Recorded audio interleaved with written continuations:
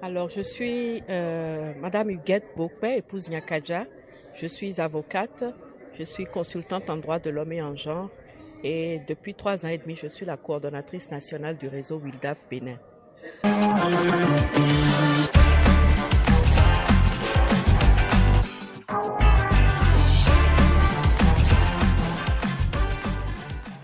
Il s'agit en fait d'élire les 3 représentants de la société civile au sein de la Commission béninoise des droits de l'homme.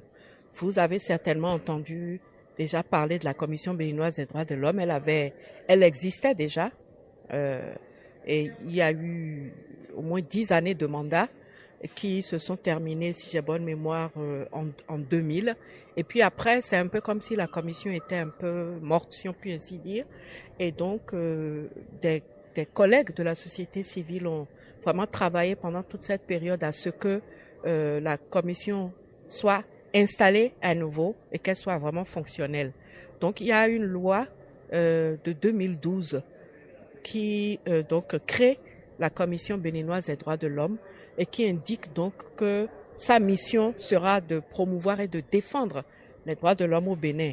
Il y a des détails sur sa mission. Sa mission, ce sera de diriger des enquêtes si elle est saisie, éventuellement de s'auto-saisir si elle-même elle constate qu'il y a une violation flagrante de droits de l'homme quelque part, de pouvoir renseigner sur les droits de l'homme, de pouvoir conseiller le gouvernement sur la situation des droits de l'homme, interpeller éventuellement le gouvernement quand il y a des situations de violation qui sont constatées, encourager le gouvernement à adhérer à des instruments internationaux, régionaux qui promeuvent les droits de l'homme, rappeler ses engagements internationaux à l'État en matière de droits de l'homme, bref, être un peu comme une sentinelle, une citadelle, un rempart pour les populations, pour les personnes qui estiment qu'elles ont été victimes de violations de leurs droits fondamentaux de la personne humaine.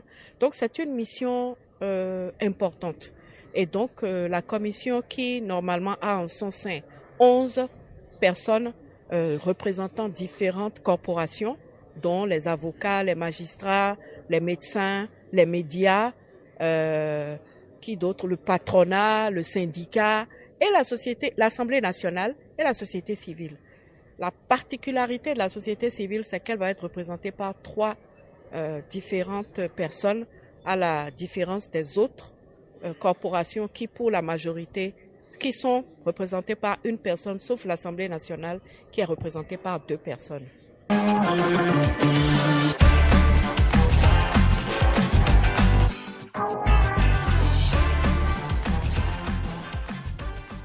En fait, comme il est prévu 3 places pour la société civile, une pour un représentant des ONG qui s'occupent des droits de l'homme, une pour un représentant des ONG qui s'occupe des droits des femmes et une 3e pour une représentante des ONG qui s'occupe des droits de l'enfant.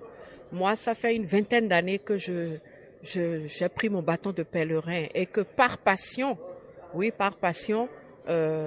plutôt que par fonction, j'œuvre pour la reconnaissance des droits des femmes, pour leur promotion et aussi dans mon métier d'avocat qui me portait déjà naturellement à la défense pour défendre les femmes dont les droits sont brimés, les femmes qui sont discriminées parce qu'elles sont du sexe féminin.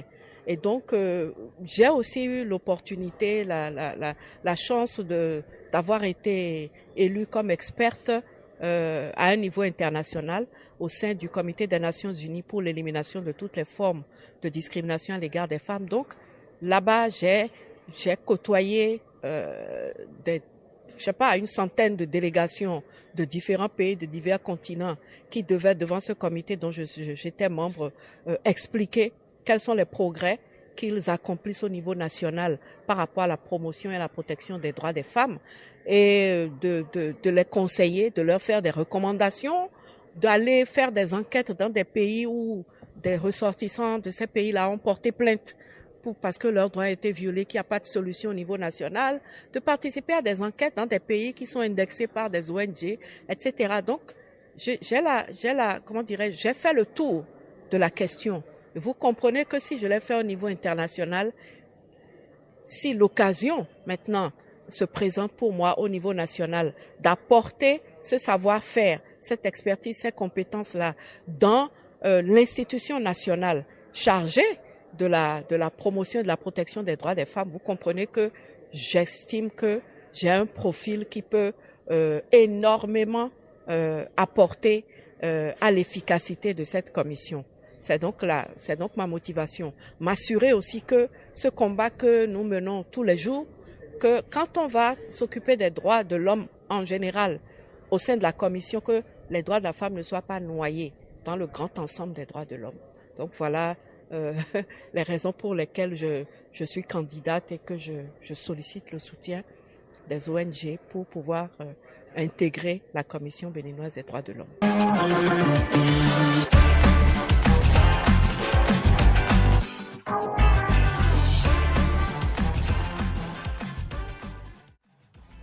Une avocate doublée d'une consultante en droit de l'homme et en genre, je dirais triplée d'une expérience au niveau international, parce qu'on va en avoir besoin.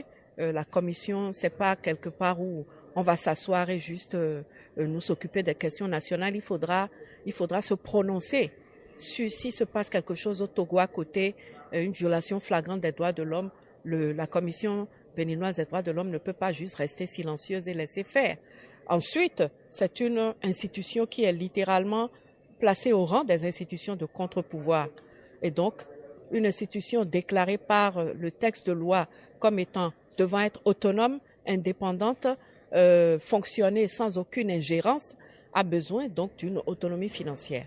Et donc, les dotations annuelles de l'État seront bienvenues, la dotation initiale de l'État sera bienvenue, mais il faudra prendre son bâton de pèlerin et convaincre des institutions, des organisations de ce que on fait du bon travail, que le travail que nous faisons fait avancer la cause des droits de l'homme au Bénin pour pouvoir obtenir du soutien financier.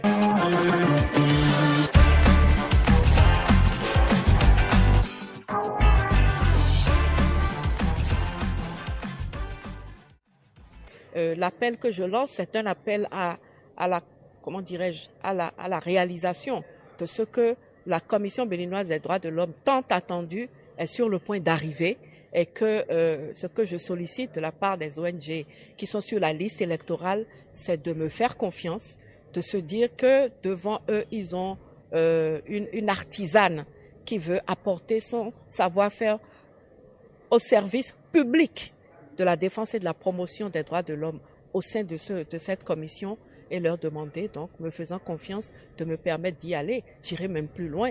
Peut-être, pourquoi pas, que si je suis élu à la tête de cette institution, ce sera au moins une de nos grandes institutions de la République qui soit présidée par un représentant de la société civile et qui plus est une femme. Que demandons-nous de plus en ce moment ?